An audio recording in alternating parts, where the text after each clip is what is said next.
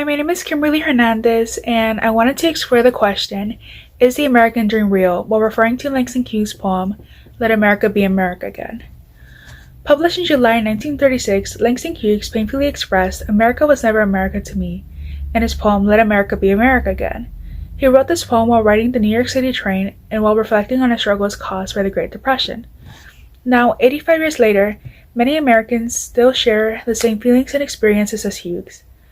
Throughout his poem, Hughes shares the feeling of disillusionment with the American dream. He expresses how the American dream never existed for him, and as a result, the romanticized version of America was never his America. Now, arguably, the biggest aspect of the American dream is that there's opportunities for economic prosperity and social mobility.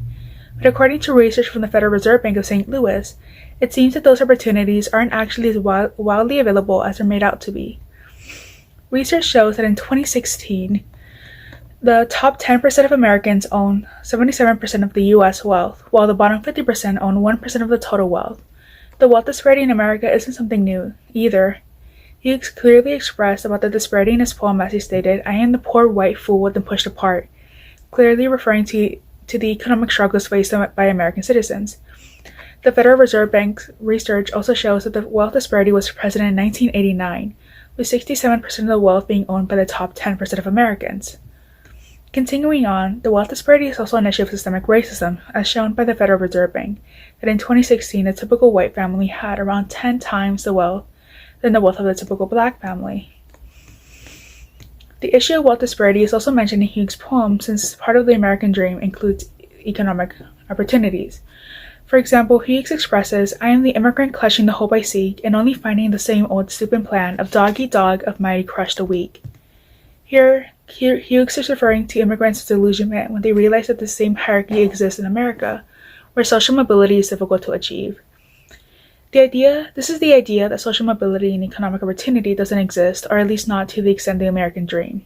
Yes, there are some who are able to live the American dream, those who arrive with $1 in their pocket and make a fortune from it, but in reality, most probably won't be able to live such a dream, considering that 70% of the wealth is owned by the top 10% and the wealth disparity only seems to be growing. Now, if you define the American dream to be made of economic opportunities, it doesn't exist, or at least not to the extent it's said to. In reality, it's much more difficult to acquire wealth in America since it consists more than just hard work, considering that 50% of Americans only own 1% of the wealth. On the other hand, it is a fact that economic opportunities are much more present here in America compared with third world countries. Although, is comparing poor countries to America, which is one of the richest countries who also has access to many resources, fair? Now, I wanted to see how strong Hughes' feelings of disillusionment with the American dream was within my own community. Therefore, I decided to interview different people. First, I feel the need to explain the context behind my community's background. I live in the city of Santa Ana, located in California.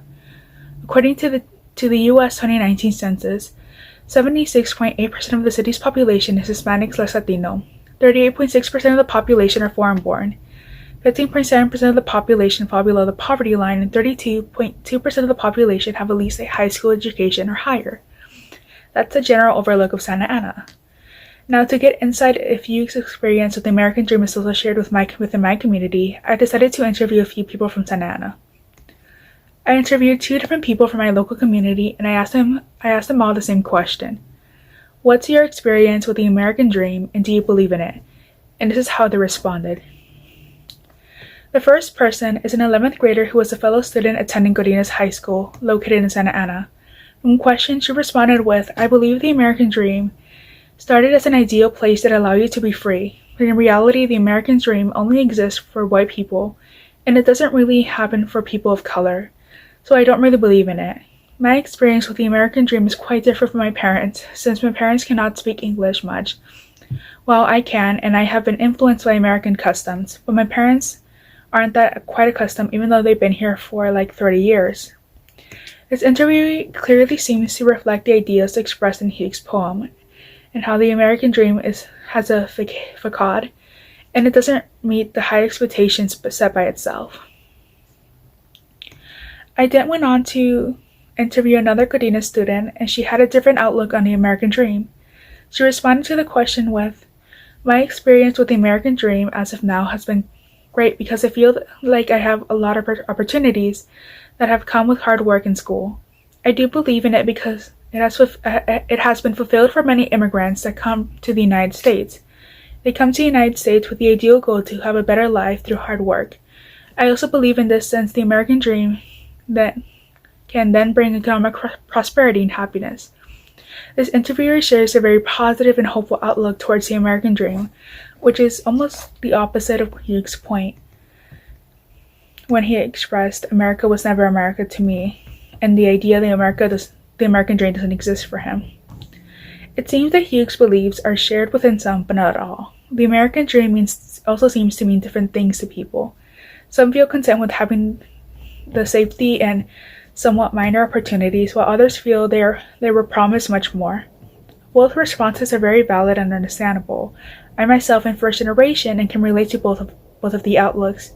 I'm grateful for this country in many ways who has provided many opportunities, but on the other hand, I feel frustrated with the fact that I know that America could be much better. It could be a much better place with better opportunities for those who need them, just like promised by the American dream. Now, I ask you to do the same and ask the question, is the American dream real? If you share Hughes' ideas and feel that America is not the America you need, then fight to make it satisfactory. As a citizen, we have the power to vote and share our thoughts and opinions. Don't waste your power that so many fought to achieve and vote for what you believe for.